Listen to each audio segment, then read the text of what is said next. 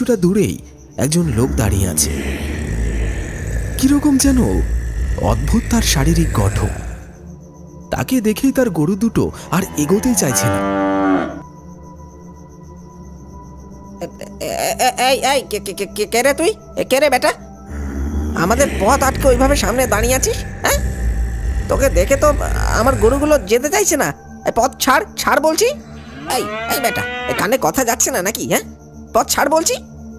দাঁড়া তো শালা, কানে কথা যাচ্ছে না বুঝি নাকি? হ্যাঁ, দাঁড়া। বলেই রেগে গজগজ করতে করতে কেলটু এক লাফে গরুর গাড়ি থেকে লাফ দিতেই সেই অদ্ভুত চেহারার লোকটি ঘুরে দাঁড়ায় আর সঙ্গে সঙ্গে ভয়ঙ্কর রূপ ধারণ করে। তারপর কেলটুর দিকে তেড়ে মেরে ছুটে আসে।